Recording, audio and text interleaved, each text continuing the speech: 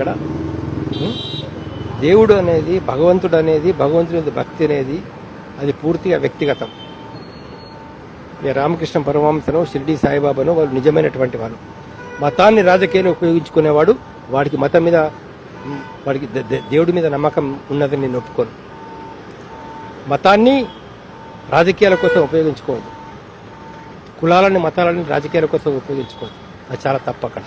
అంటే ప్రజల యొక్క ద్వేషాన్ని రెచ్చగొట్టి, హిందువులకు వ్యతిరేకంగా ముస్లింలను రెచ్చగొట్టి ఎంఐఎం వాళ్ళు, ముస్లింలకు వ్యతిరేకంగా హిందువులను రెచ్చగొట్టి బీజేపీ వాళ్ళు ఇవాళ ఓట్లు గుంజుకోవాలని చెప్పేసి నాటకంలో ఒక భాగంగా ఇది జరిగింది ఇంతవరకు. ఇప్పటికైనా పులి స్టాప్ పెట్టి హిందూ ముస్లిం బాయి ఎవరిని కోసినా అదే రక్తం వస్తుంది. ఎవరికైనా ఒకే ఆకలి ఉంటుంది, ఎవరికైనా ఒకే కన్నీళ్లు ఉంటాయి, ఏ కన్న తల్లికైనా ఒకే బాధ ఉంటుంది. దీని లోపల దేశంలో నిరుద్యోగం ఉన్నది, ఆకలి బాధలు ఉన్నాయి, రైతుల ఆత్మహత్యలు ఉన్నాయి, ఎంతో మంది యువకులకు ఉద్యోగాలు లేవు. ఇక్కడ పరిశ్రమలు మూతపడుతున్నాయి, దేశం అధోగతి పాలవుతున్న ఒక రకంగా చెప్పాలంటే. కార్పొరేట్ కంపెనీలకు ఇవాళ 6 లక్షల కోట్లు బెనిఫిట్ ఇచ్చినారు.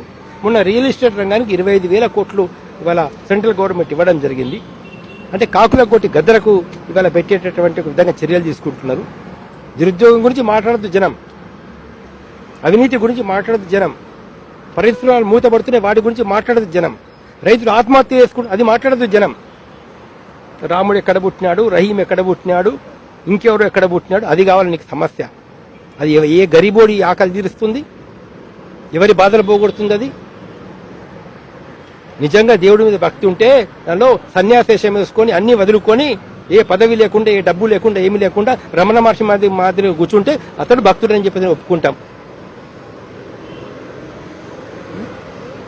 లక్షల ముత్యాల హారాలు వేసుకొని బంగారు కడ్డీలు పెట్టుకొని గద్దెల మీద కూర్చుంటే వాడా మతం చెప్పేది?